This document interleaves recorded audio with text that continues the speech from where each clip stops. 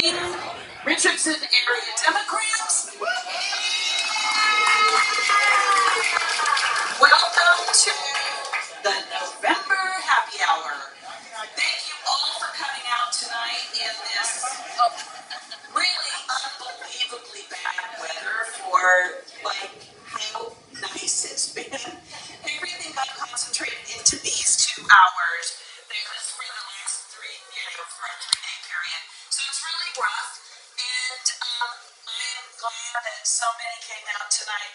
And to the people that are on our live stream, thank you for tuning in. And it's really a good thing that you didn't try and cram in here. So I'm glad that you're here tonight. And we have some really good speakers tonight. A lot of the people that are here tonight are speakers. So we'll just count off. It's your turn. No, not really. You don't have to be ready to talk. My name is Jenny Laughlin, and I am the president of Richardson Area Democrats. And thank you. We've had a really weird day, right? I mean, it's been like I was talking with somebody earlier, and I said I don't want these things to become normal and for us to become numb to the fact that the president today said we need to arrest these legislators and have them tried for treason and execute this. It just doesn't even, you can't even believe that fear that we had has actually become at least real rhetoric. And when these things start, people that are crazy get a license to do what they have in their crazy heads. So that's where we are today. I'm struggling today with, how much do we don't want to back down to that. We don't want to back down to, he's intimidated us. But at the same point, how much attention do you want to, I don't know. I've been kind of messed up in my head today about that, because what is the right response when an authoritarian wannabe dictator comes out and says these kind of things, just right out loud. So I'm a little I'm sure you guys are too, what do we do now, But what we do tonight is focus on what's right here locally in front of us.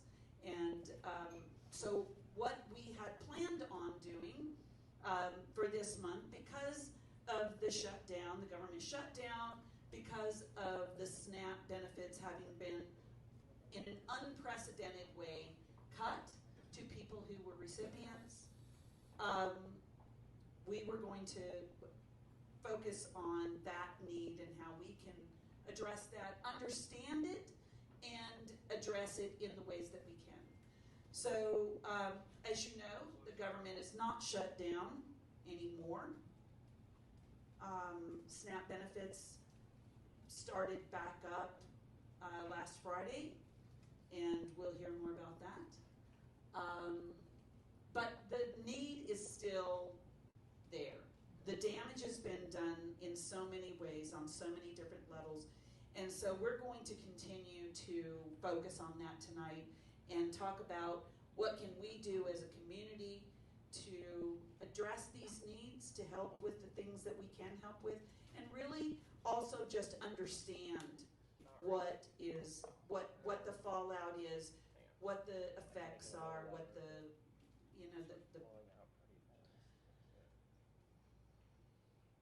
effects are. I say that.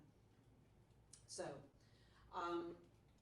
we're just going to jump right in tonight with our first speaker. First of all, let me just tell you this. We always have a nonprofit that comes and talks with us, a local nonprofit, so we can also think about, no matter what the subject is, that there's things that we can do locally that can make a difference in people's lives. And so tonight we had just happened to be a nonprofit called the Local Good Pantry, and they're right here in Richardson, and they do provide food assistance to people in need. This afternoon we talked, and because of the weather and because of other circumstances, the woman who was going to be speaking to us tonight is not going to be here. But I do want you to know that that is another local nonprofit that we can support in, whether by volunteering or by donating, and they are on our website. We have RAD.vote is our website, and we have a page that we've just started, thank you, that has a list of all of the nonprofits that we've had come and speak to us over the last year or so. And so that's a way for you to be able to follow up, check them out, go to their website, find out information about them. So that's the Local Good Pantry, and she'll hopefully join us in another evening. So, but without further ado, I will bring up our first featured speaker, and this is Network of Community Ministries. Thank you. We have several people that are members of RAD that volunteer with Network, and there's so much opportunity there. They're a great organization. We have, I just want to tell you guys this, we set up a portal to do donations to the network on our website, and we raised in the last 3 or 4 weeks $1,400 to get to so yeah. Thank you all for donating, and if you weren't aware of that and would like to donate, we have a QR code there. Donate to Network of, So if I can get somebody to kind of walk around with that and pass those out, in case you didn't get an opportunity and you want to donate, this is a time of great need and great opportunity to do something good. That link, just so you know, it is through Richardson Area Democrats, but it goes directly to Network of Community Ministries, so that you will be able to get your donation, charitable donation credit for that. So please give as generously as you can. And I, without further ado, will ask our representative. Now, really, I'm going to this time, really. Thank you so much. Well, give yourselves a round of applause again. Thank you so much for that $1,400. That is amazing. And I will promise you, from the nonprofit world, we will spend every penny of it. So my name is Amanda Kendig, and I am the Chief Strategy Officer at Network, which is right down the street. If you have not come to tour it, I would highly, highly, highly encourage you to come do so. Myself or any of my staff would happily give you a tour. So I was asked to come here tonight to talk a little bit about what we are seeing in the nonprofit community.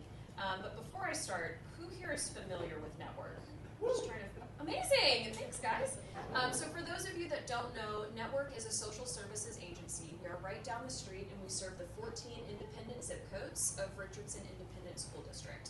A lot of people are kind of surprised when they find out that RASD dips into Garland, Lake Highlands, North Dallas, and Richardson. So we serve a really, really large population. In addition to our food pantry, which is what we are most commonly known for, we also have what are called our stabilization services, which is case management. I'll touch a little bit on that and how we've seen some of these things going on in our communities impact what we're doing with that program. We have mental health services, which is what I oversee.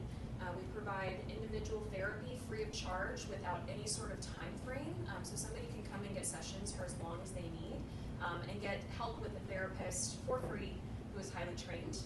We have our clothing closet. So this is also really important for individuals right now, because a lot of times if you can't afford food, it's hard to afford clothing as well. We have our senior services. Again, another area that I have personally seen very impacted by the SNAP reduction. They're on a fixed income, and so seeing them every Thursday come in and get to share a hot meal with other seniors, for a lot of them, it's the only time they'll get to share a meal with somebody that week.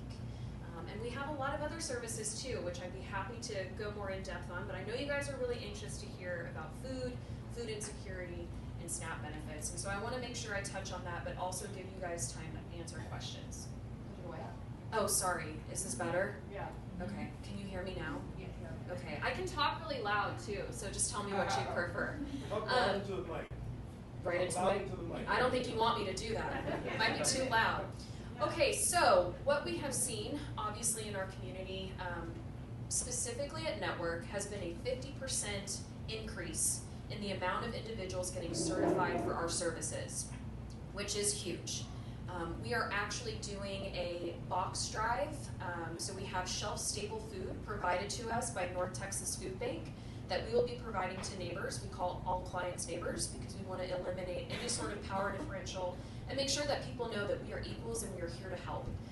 So they have that shelf-stable box along with fresh produce and dairy that we'll be giving out next week during the week of Thanksgiving.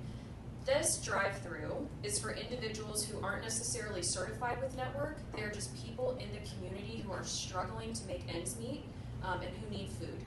Even though SNAP has been turned back on, most of our neighbors have still not received their SNAP benefits income.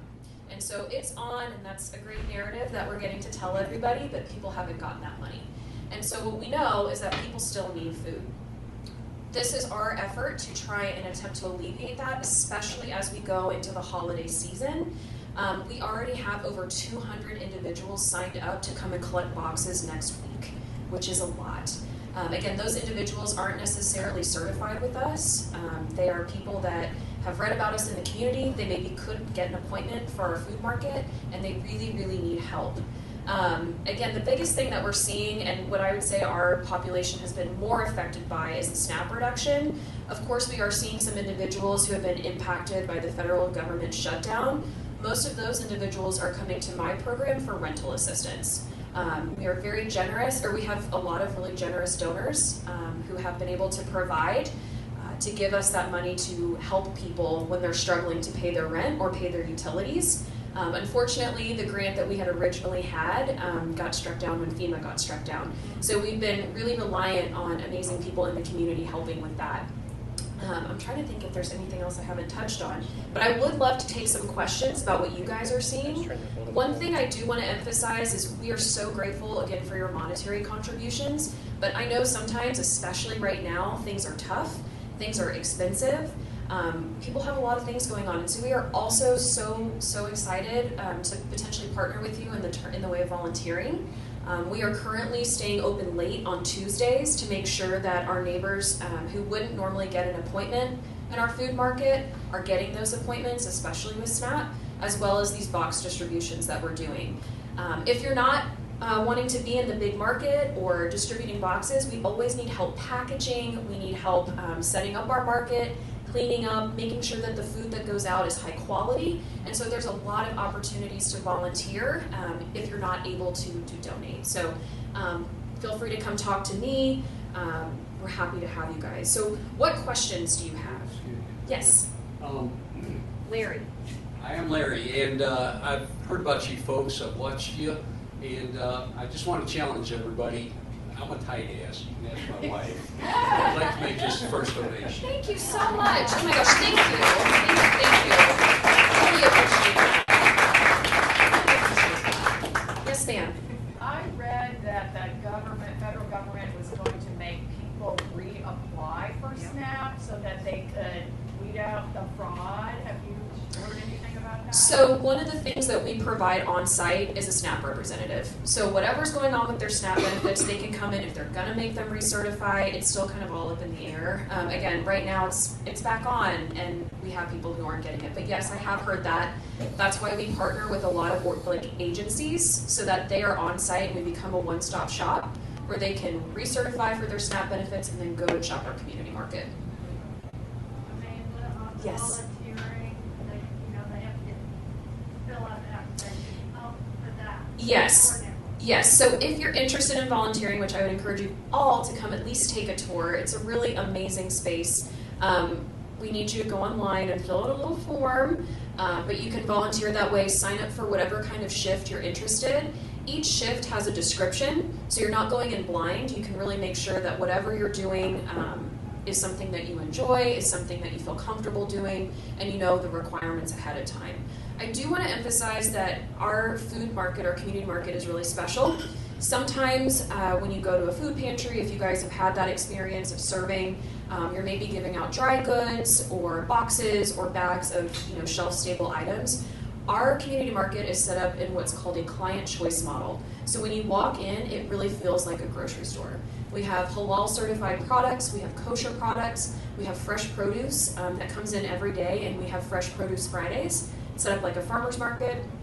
We have all sorts of things available for families and their dietary needs to make sure that neighbors really have that dignity and feel that they can choose the things that they need the same way you or I would go into a grocery store and be able to choose what's right for us. Any other questions? No? Anything going on special Thursday or volunteering? For Thanksgiving, we are closed on Thanksgiving. What we are doing again instead to alleviate that is that box distribution on Tuesday. It's going to be from 4 to 6. And then we have on Wednesday, we're open half a day, and we're doing the rest of the box distribution for anybody who doesn't make that 7 p.m. cutoff or 6 p.m. cutoff. Really, I would say if you're interested in volunteering, I would really encourage you to look at the Tuesdays that we're going to be open late through December. We met as a leadership team a couple weeks ago and just decided that regardless of what the government decides to do, we are going to be open late on Tuesdays, whether benefits come back on or not. We want to be able to support people. Yes, ma'am. How long are we going to be closed at Christmas? So that's pending right now, given all of the things that are going on. It's a conversation that we've been having. Normally we're closed for 2 weeks at Christmas, and that has... Yeah, that only started a couple of years ago. The biggest issue with that is that it's hard to find volunteers to come and support and to volunteer during that time because they're out of town, they want to spend time with family. The other thing too that's hard is just, again, making sure that we get those donations in. But it's something that we've been talking about specifically in our continuous quality improvement group over the last year. Any other questions? No? Again, well, thank you guys so much. Again, my name's Amanda. If you have any questions for the tour, chat with me. So I just want to emphasize again, you hear what the need is. There's an opportunity to give. Thank you very much for your donation. There is a QR code that you can give. And we have in the past, at our November happy hours, we usually have like bringing toys, unwrapped toys, or food, or other things that might be, we do a drive. But when I talked to Network this time, we talked about maybe it would be more beneficial at this point to give actual cash, because if you give cash, they can buy in bulk, they know what they need, they don't have to have somebody, one of the volunteers sort the things that come in. So there's a lot of benefit to actually giving cash if you can. And so again, the QR code is around. You can go to rad.vote. At the top, there's a black header that you can click on if you don't have the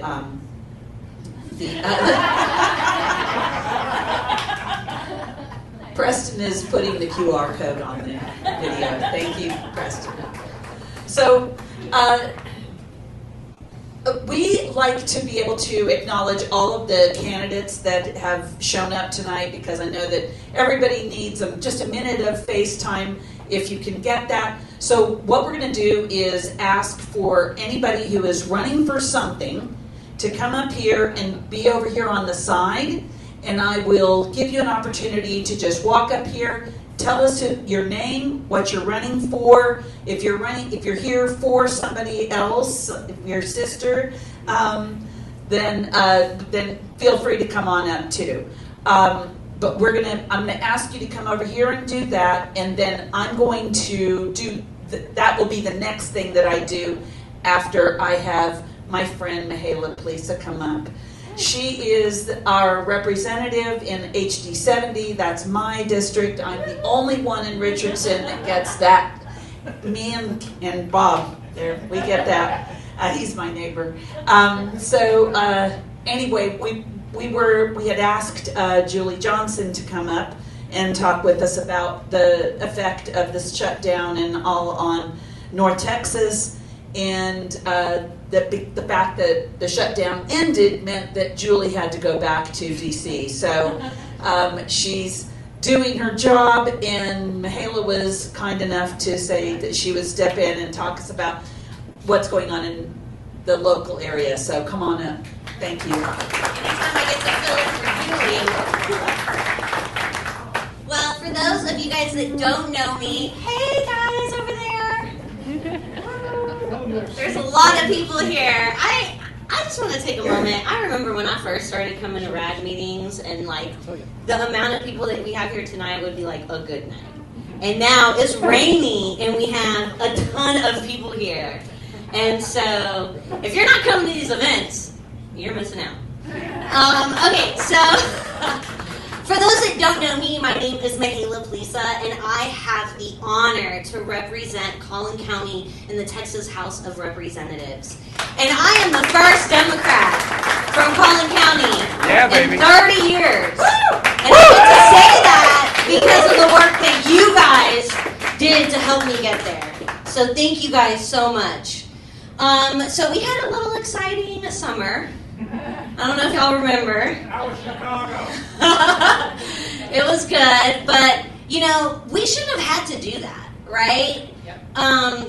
The President of the United States should have never thought that he had the right to call our governor and say, hey, I want to do mid-decade redistricting, and I want to pick up 5 seats. And our governor should have been better than to say, okay, let's get this rolling. And so I just want to tell you guys how proud I am to be a Texas Democrat. Hell yeah. Because I'll be honest with you, there would have been no shutdown. Those Democratic senators would have not found their spine had Texas Democrats stood up and showed America how to fight back to a bully. Whether it's a bully in the governor's mansion or a bully in the White House, Texas Democrats showed what it's like to stand up and fight.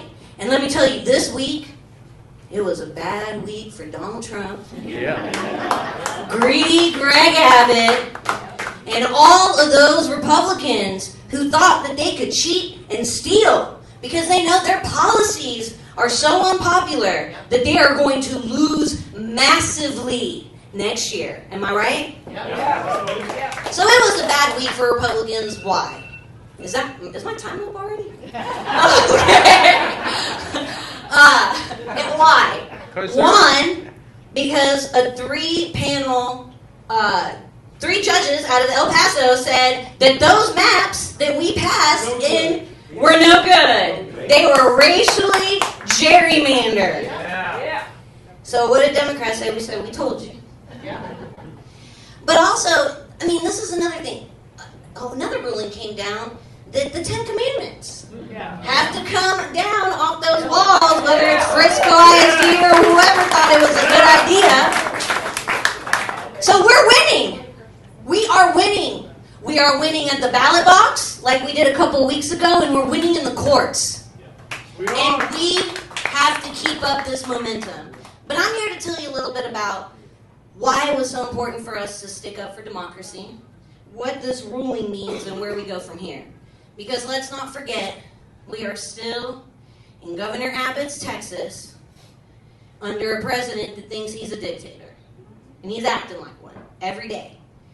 And you said something earlier about you think it's crazy that Donald Trump said he wants to kill a bunch of Democrats. Let's not forget what Governor Abbott did when he put wanted posters of Texas Democrats and said, we got more bullets for them.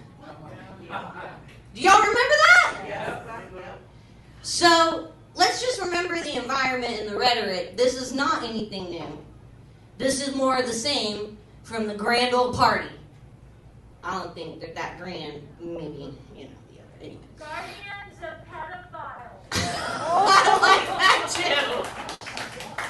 But this case out of El Paso was really important.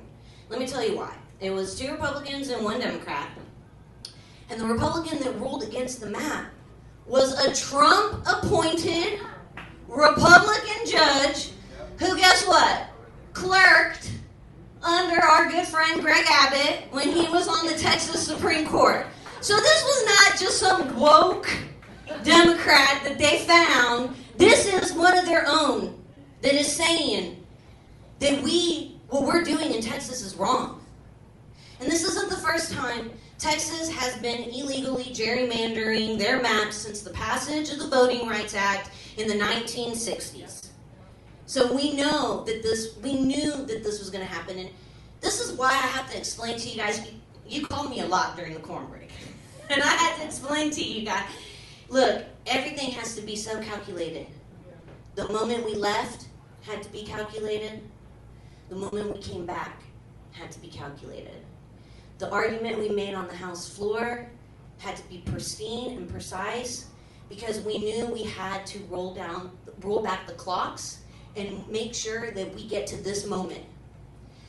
So this 3-panel judges came down with this case. The Republicans said that Texas racially gerrymandered these maps, and they actually used DOJ language that Trump and Greg Abbott put out, saying we got to go back in and do mid-decade redistricting because, accidentally we messed up when we drew the lines in 2021, and we have to look back because we might have done some racial gerrymandering. So they admitted to it in the DOJ letter, and that was cited when the ruling came down. I can't make this stuff up, you guys. This is what's really happening. But I gotta tell you guys, where do we go from here? Because what ends up happening now, we already know Crooked Ken has already appealed to the Supreme Court of the United States, and we know how we got there, and we know who's there, and we've seen this stuff before. And this is why this stuff matters, because they are attempting to roll back Section 2 of the Voting Rights Act. And that part says we cannot draw lines based on race. You can draw lines based on partisanship, which is what Governor Abbott was trying to say they were doing. These are all based on political performance, but we know what they were doing. They were actually using AI technology to redraw the maps to put high-propensity Anglo voters in districts with low-propensity voters of color. Now, that sounds like a lot of jargon, but I'm telling you, as a person who's won the most competitive race since we actually won a race back in 2020, I think Ian Johnson was the last Democrat to win a race. I'm telling you guys, it matters because it makes our races more, basically white. It makes it more expensive, and it basically means that the legislators get to pick their voters instead of the voters picking their representative, which is why I'm standing before you. It's the foundation for why I ran for office. My parents came here from Romania. They escaped a communist dictator who was acting very similar to some of the leaders I've been seeing in power. So, now, this goes to the U.S. Supreme Court. It actually goes to Justice Alito.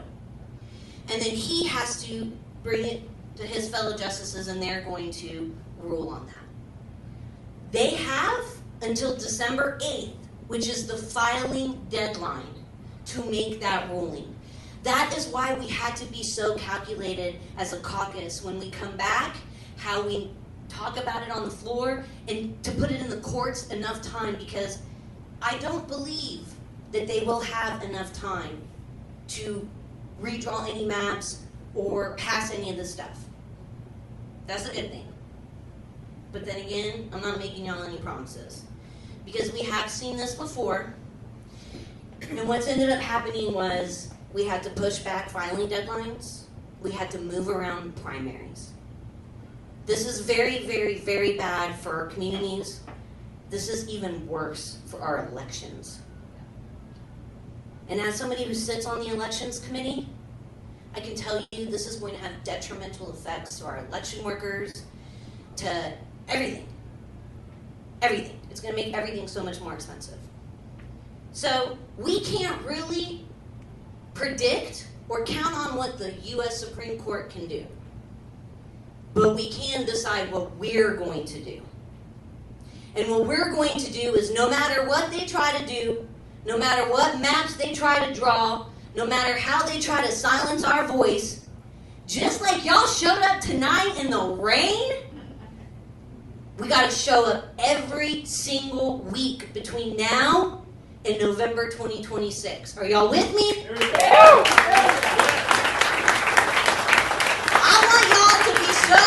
I want to see so many wins, we get sick of winning, okay?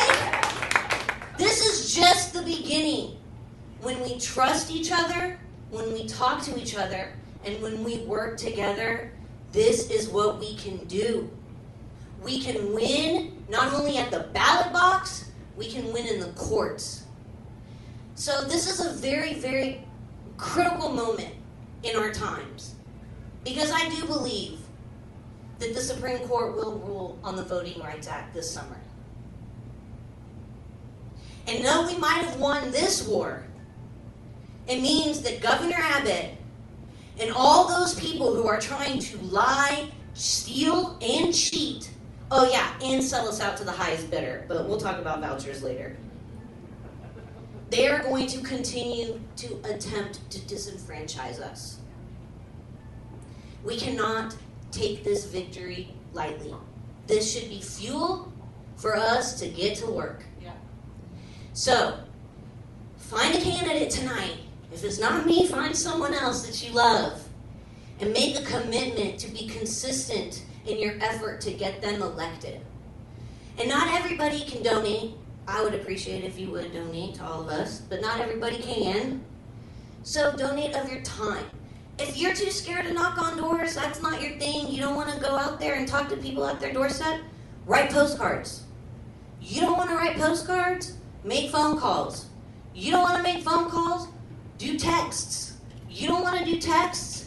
Have a meet and greet at your house. I can keep going. The list keeps going. There is always something to do when our democracy is on the line. So, December 8th is the last day to sign up to run for office. We cannot let any seat go unchecked. We lose every race we don't show up for. So, if you have thought about it, here's your calling. Please put your name on the ballot. Please volunteer for a campaign, and let's get to work. Because I am proof that you can go up against big money. $4 million in 22, we still won. We can go up against the establishment. Grassroots, groundwork, we won. Yeah. I am proof. Yeah. So are y'all with me? Yeah. Are y'all ready to get to work? Yeah. And my staff is going to kill me if I don't plug my website. We just got a brand new website. So please, y'all know how expensive those websites are. So please go to our new website, PLISA for Texas. Sign up, volunteer, let's get to work, and let's win. Yeah. Y'all ready?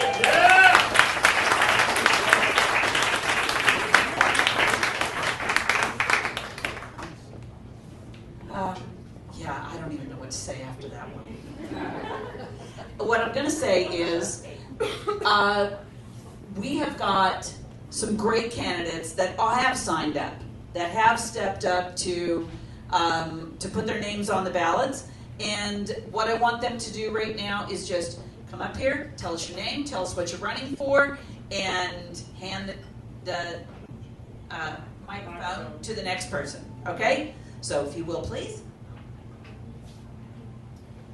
Good evening, Richardson area Democrats. My name is Nicholas Palmer, and I am running to be your next justice on the 5th Court of Appeals, which is an intermediate appellate court that covers 6 counties, including Dallas, Collin, Kaufman, Rockwall, and Grayson, and Hunt. Sorry, there's a lot of them. It's a big district. It's a big district. You have to remember them all. So I know I'm not supposed to talk very long up here. I'm just supposed to give you my name, what I'm running for, but I'm going to be going around the room. I want to tell each of you why I think I'm the best person for the job. And I will just say the one branch of government that is holding strong for the rule of law right now is the judiciary. I should say most of the judiciary. You know, there's that pesky Supreme Court.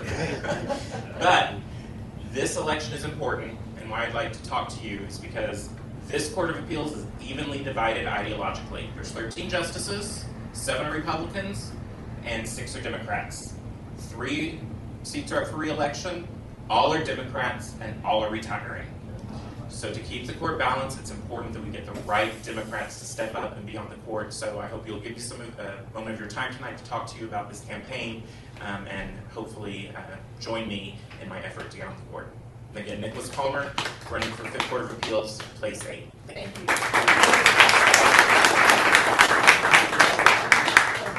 Hello, everybody. My name is Anthony Bridges. I'm running for Federal Congress in District 32. My goal is to be a community advocate first and a politician second. And I say, if you want to help, the best way to do that is to help the community. Like, we need to find just more ways to get involved, to get active in the things that are going on around us that directly help people. Politics has a very indirect way of helping people that somehow ends up very seldomly actually helping at all. And so I would say, if you want to help, find a way, get involved with nonprofits like Network, and just make a difference in the world. Thank you.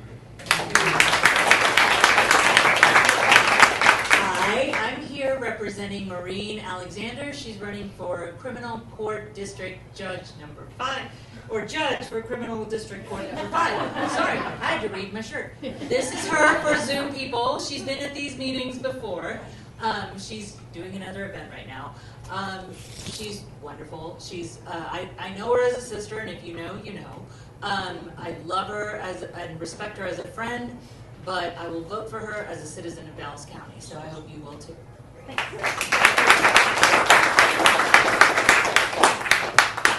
Hey guys, how are you? Richardson, how are you? My name's Orlando Lopez. I'm running for Texas House District 33. Woo! That's been under Republican control since 2011, so hopefully I can change that. I'm going to try my hardest to do that.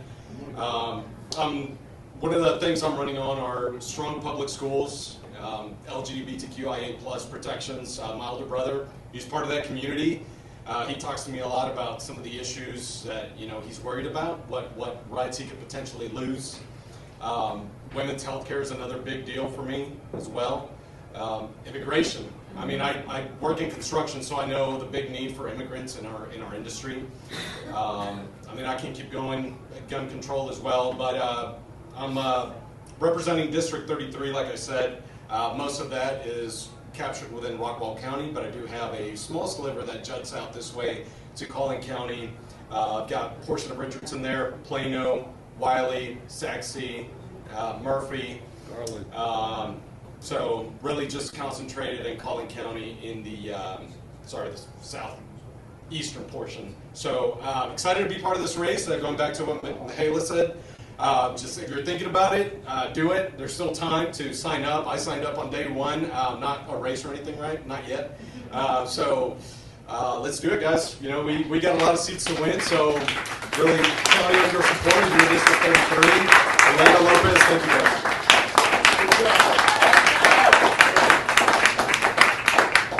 I have to tell you guys, I'm really super excited that Orlando stepped up. I really was we have a few seats in Richardson that are Democrats. We also have a few left that are Republicans, and one is HD 112, which I know that we can win this time. Zach wasn't able to come tonight, but he is a great candidate. We can work with him. And now we have somebody in 33 that we can work for in the Collin County part of Richardson, the Panhandle. So we can do this. I believe that we can flip 33, and so we've got work to do. So back to our subject of the shutdown and the effects of the shutdown. I had asked Johnette, who is one of our board members, to speak to you tonight about the effect that the government shutdown and other things that the administration and this has done that has had effect on farmers. Her family has a generational farm in Arkansas, and so I had asked her to just talk about what it would be for her, how it's affecting their family. And today I called her to just say, hey, I hadn't heard from you. Are you going to be able to make it tonight?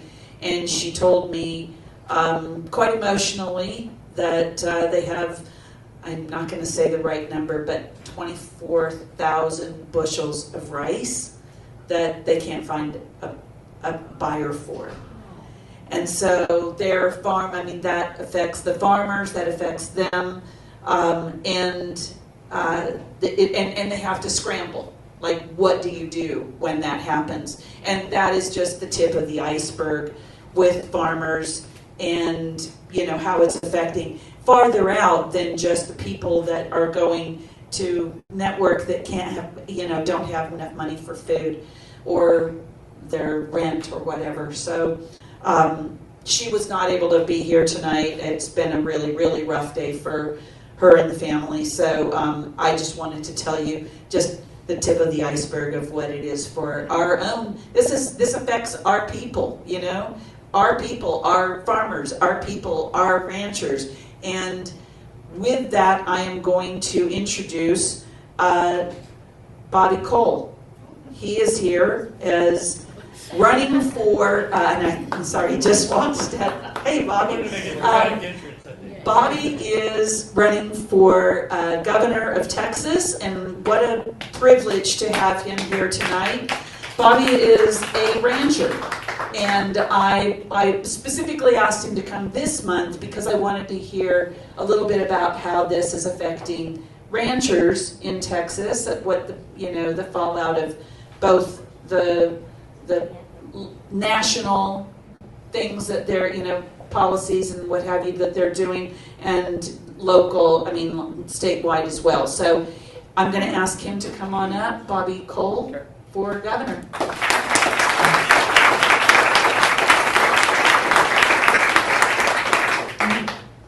I'll start out first by telling you a little bit about me. I'm Bobby Cole, and I'm running for governor. I'm a cattleman from East Texas, and I'm a retired firefighting lieutenant for the city of Plano. I'm a husband, I'm a father, and I'm a grandfather. And the reason I'm running is because I've worked all my life to leave a legacy to my kids and my grandkids. And I know an authoritarian when I see and hear one. And when Trump got reelected, I'm going to go a little off script. I've always done what I thought I needed to do as an American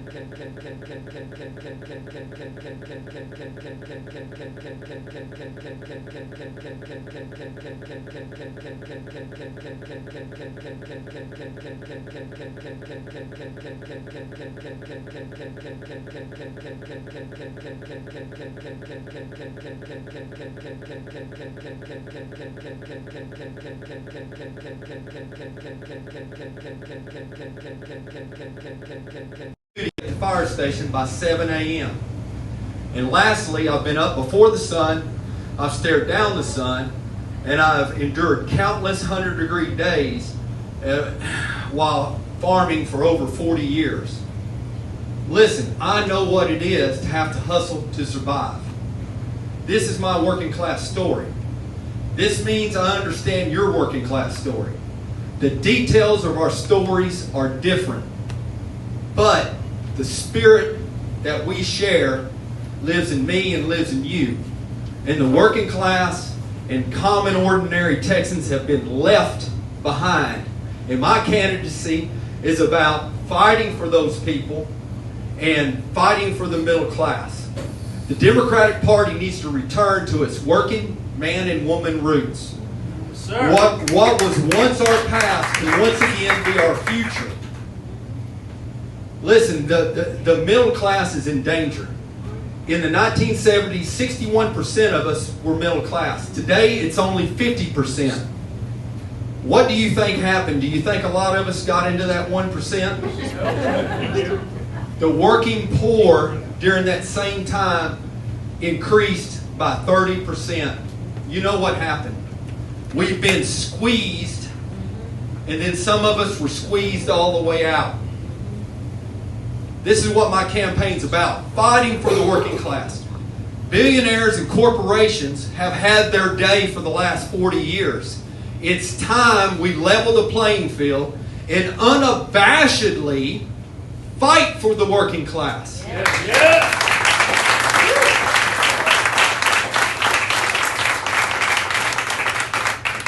Listen, my struggles and the values my grandparents and my family put in me, they demonstrated how lived values and principles can put steel in your spine and grit in your gut.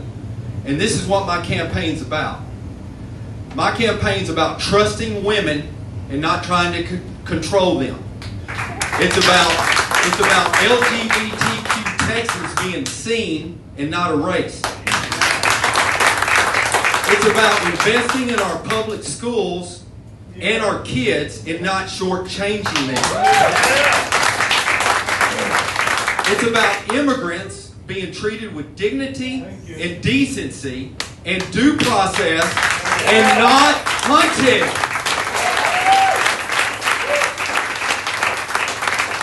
It's about building a Texas where the Texans who built the state can afford to live in the state. And if you get sick, you should be able to get well without going broke. It's about fair wages.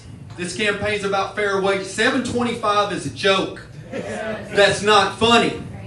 $15 an hour right away, adjusted to inflation. We need economic justice in the country and in Texas. Monopolies need to be broken up everywhere and anywhere. I will advocate for that because it will free up competition, which will help the consumer with prices. And when you bust up all these huge companies that are in every sector of the economy, when you bust them up, there will be a lot of small companies. When you create all those small companies, demand for workers will go up. At that point, workers can demand better wages. So break up the monopolies right away.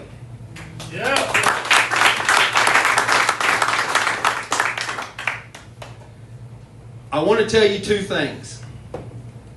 You've got to vote for somebody that you can trust. You've heard my story, you've heard my background, you've heard about the people who raised me. You know my values, you heard them in my campaign positions.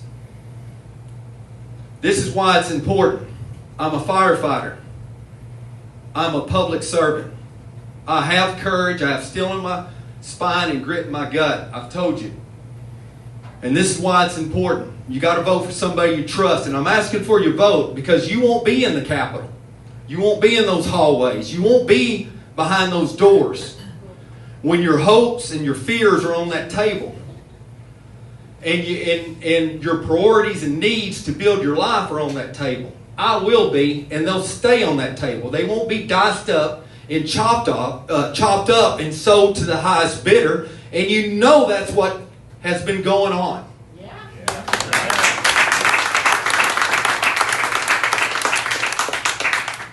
Second of all, you got to vote for somebody that can beat Greg Abbott. I'm the candidate that can beat Greg Abbott, and I'm fixing to tell you why. You've heard my story, just like it's the same situation with trust. You know where I'm from. I'm from rural Texas. I was raised by working class, hardworking people with values. My message resonates in rural Texas and suburban Texas, the mid-city and the small towns. Wendy Davis, Lupe Valdez, Beto O'Rourke, all ran, lost by 1 million votes. Beto, for example, he won 19 counties. You know where they're at. They're the blue splashes on those urban areas.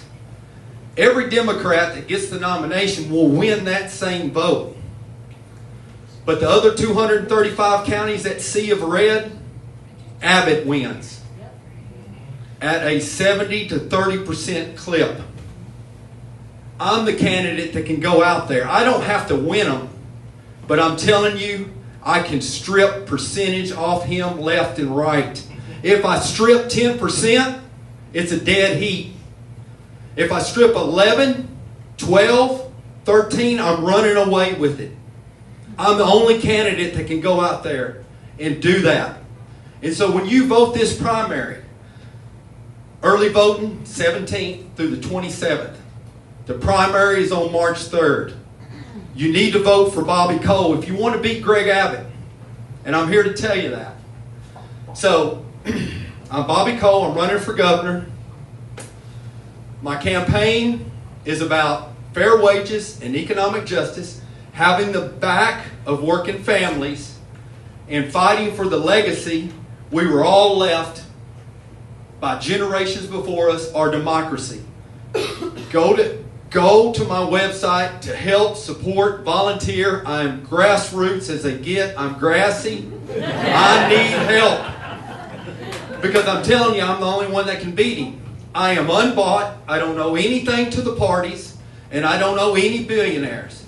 The only thing I owe is the respect to the hardworking people who actually built the damn state. Yeah. And that's who I'm fighting for. Thank you.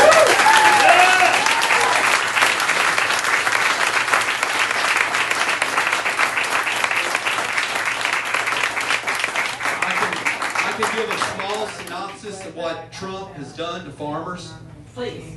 Tariffs are real. They're attacks. He's even admitting it. Row crop farmers, soybean farmers, $13 billion a year we send to China. Half of what row crop farmers make, China was buying. For 10 months, we didn't sell $1 in soybeans to China. He's recently cut, I'm going to put words in his mouth, but they're probably not, a big, beautiful deal with China. They're going to buy 25 metric tons of soybeans. Problem is, the 5 years before they were buying 30 metric tons of soybeans. It's a 15% reduction. So how did the farmers turn out? They went with 10 months with half their income, some with no income. And now they're what they suffered through and had to endure was to get a deal that's 15% less than the deal they had. Master deal maker, right there. Some of these guys have cattle. The only thing that was propping a lot of them up was higher cattle prices. Don't blame the farmer for the price of the meat in the meat cabinet. Farmers, whether it's crops or cattle or feed across the scale, doesn't matter what the price is, they make 10 to 15%. They're the lowest ones that are cut into that deal. Everybody in between, this is where I'm talking about, break up the monopolies. There are monopolies everywhere in agriculture. And when they fully get a hold of it, you think you're paying high prices for food. Wait until they fully have a hold of it. This is why we got to break them up. It's coming, I'm telling you. Yeah, Trump and Republicans have never been good for agriculture. And this is what I'm saying. The Democrats were truly the working man's party. They were the farmers' party. Yep. And we're not immune to the temptations of greed and money. I believe over the last 20, 30 years, Democrats have been beholden to the corporations and the billionaires just like Republicans. Republicans talk the talk that we would have working people's backs. They never meant it. And you can see it now, and the people they lied to can see it now. We're going to have one opportunity to get this right. They're going to come back home. And you better have the right politicians that really want to have their back and fight for what they need. Because if we can win them back, the Republican Party is dead and gone. Y'all know that, right? Yeah. It's in name only. The Democratic Party is alive right now. But if we don't get this right, we're on a slow train to the cemetery. We've got an opportunity to return to the glory days of the working man's party and the working woman's party and the human rights party and fighting for people's freedoms and their liberties and their rights. It's a righteous party. It's a righteous history. We can return to that. So, there's my spiel. Any questions? Yes, sir. From your perspective, why do farmers and ranchers keep voting Republicans? I think it's the same. Why do farmers and ranchers keep voting Republican? You can just expand that to just rural Texas. The Democratic Party abandoned rural Texas. It abandoned rural America back at some point. Rob Emanuel, I believe, said we can win and be a dominant party by just concentrating in the urban and suburban areas. And when you abandon somebody and they've only got one voice in their ear, how can we blame them for support? I'm going to go out there and I'm going to talk to them. And I believe there's a lot of candidates that have realized our mistakes. We need a candidate everywhere. We need a voice in every race. That's how we turn it around. And there are Democrats out there. Yeah. We got to give them something to vote for. That's right. I don't completely understand your answer, because when we talk about Democrats abandoning rural Texans, when I think about Democratic policies, they largely benefit people in rural areas. So can you expand on that, on what our strategy should be that does not abandon them? Because it's confusing to me. Well, a lot of the social issues like feeding hungry kids, getting insurance for people that need insurance. Texas is a microcosm because we have not expanded Medicaid, so we've sort of left them high and dry with health insurance coverage. But there are so many policies that we don't. The Democratic Party is still beholden to corporate interest, and corporate interest is, I wouldn't say all the time, but predominantly are probably, I guess, juxtaposition from what working people need. But like which policies do the Democratic Party enact that are so hostile to? I'm not saying they're hostile. I'm just saying they do not act as robustly as they could for the working class. First of all, tax the damn rich people, and we don't do it. Right. That would fix a lot of stuff. Quit giving corporations sweetheart deals and tax abatements. Every advantage has been slanted to the super powerful and the super wealthy. If you want to point, I mean, you can look at, I mean, Elon gets every sweetheart deal. Amazon gets every they go into these towns, they're going out to West Texas building AI. These towns are so desperate for something, jobs, and they're giving away every resource they got. They're giving away their water. They're giving away their housing. These big corporations go out there and they cut a deal, and yet they don't want to help with the housing. They bring in workers, they suck up all the housing, and everybody that lived there is now faced with double rents. And the company has no responsibility on trying to build housing in these towns. Infrastructure, it's all on the state. Why do we keep giving billionaires all these deals and sweetheart advantages when it costs each and every one of us in this room, for them, we're subsidizing these people. And we need to stop doing it. Oh, I'm sorry, I'm getting a little complicated. Yes, sir. When was the last time we broke up a monopoly? I mean, we've tried to do Google and Facebook. We've threatened them, and I don't know how long it's been. It's been a very long. Mall Bell. Well, it's like the 70s or 80s. Yeah, 80s, early 80s. Yeah. Yes, sir. Yes, sir. That famously traveled to all 254 counties of Texas. And how is That's a long time. we've given him as an example of somebody who didn't get enough votes? Nearly half the How are city. you going to do better than that? Repeat the question. Beto went to all 254 counties. He wants to know how I'm going to do better than that because Beto went to 254 counties. Did Beto do as well as he did because he went to 254 counties? We don't know. What I'm going to do, I've been going to rural counties, but I'm in a primary now. And so what I've got to do is survive the primary. And the primary is going to be up and down 35. It's Dallas, San Antonio, Austin, Houston. I've been to El Paso twice.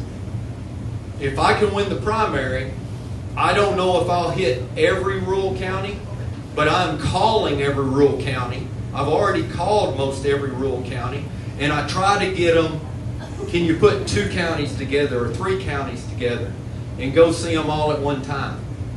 And so the winds are right, even better than when Beto ran in 2018. The political environment and the winds are right. Here's the problem though. If Gina gets past the primary, if Andrew gets past the primary, we're still losing by 11 to 13%. If they have a great night, let's say they get within 5 points, we still lose the governor's house. I can close that gap, I can pass him, and I can beat him. That's why you need to vote for me in the primary, and then I can start going out to rural Texas and winning all those votes.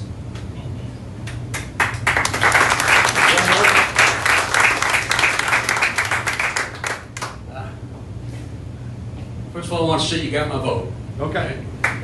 Second of all, I think you covered areas that I haven't heard. I appreciate what you're doing, how you're doing it, why you're doing it. I can't imagine somebody having a better argument than making you the governor of this state. The truth is, I have a lot of concerns. You know, I think you're going to have a tough time. I think anybody in the Democratic Party would have a tough time in Texas. So what I really want to do is more statement. Prove me wrong. Yeah. Prove me wrong. Thank you. Thanks, sir. And to this lady right here, I would say not expanding Medicaid, which is not the Democrats' fault, but Abbott not expanding Medicaid has crushed this state. $50 billion a year we leave on the table. At least $2 is stimulus for every dollar spent. So if you got $50 billion and you spend it on health care and hospitals and infrastructure, you're going to return $100 billion in economic stimulus. That's $150 billion a year. Over 10 years, that's $1.5 trillion. What do you think our health care would look like if we had put a $1.5 trillion in it? It's our money, and he won't take it and use it for us. He needs to be voted out simply because of that. Yes.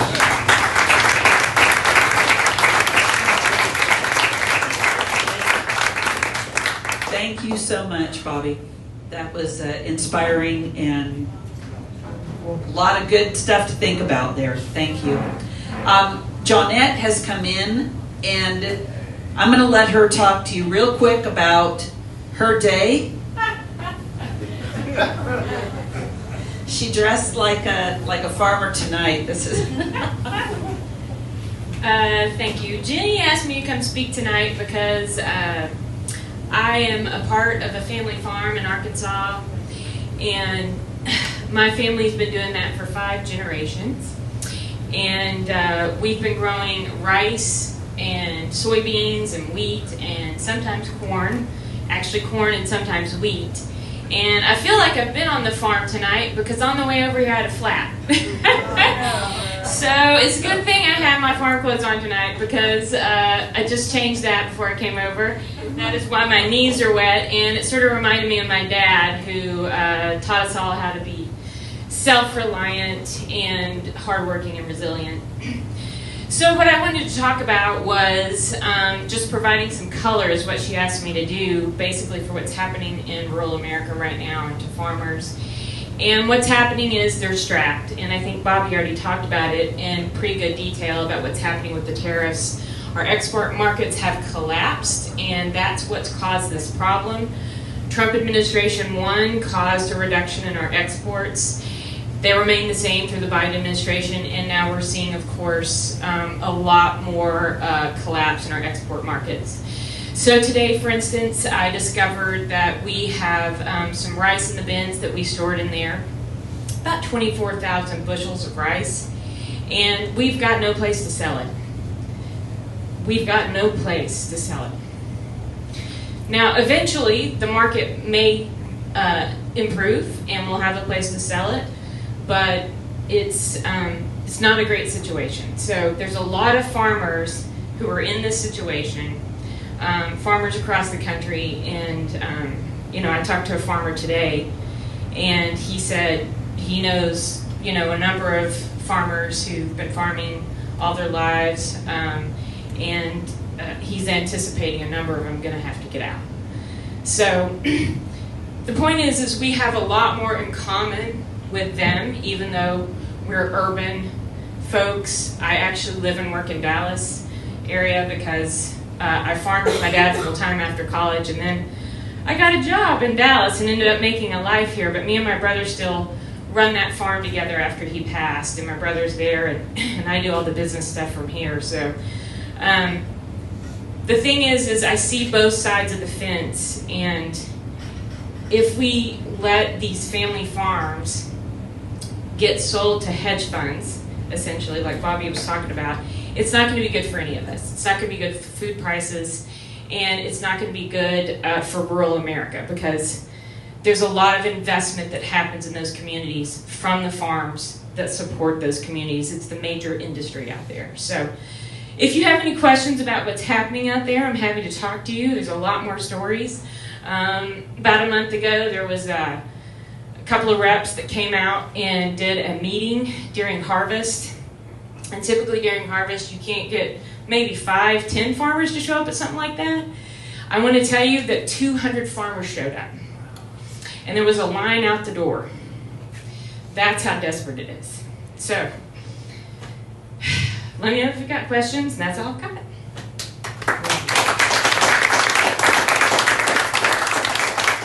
Thank you, Joanette. I am hearing that our video is stuck. Shoot.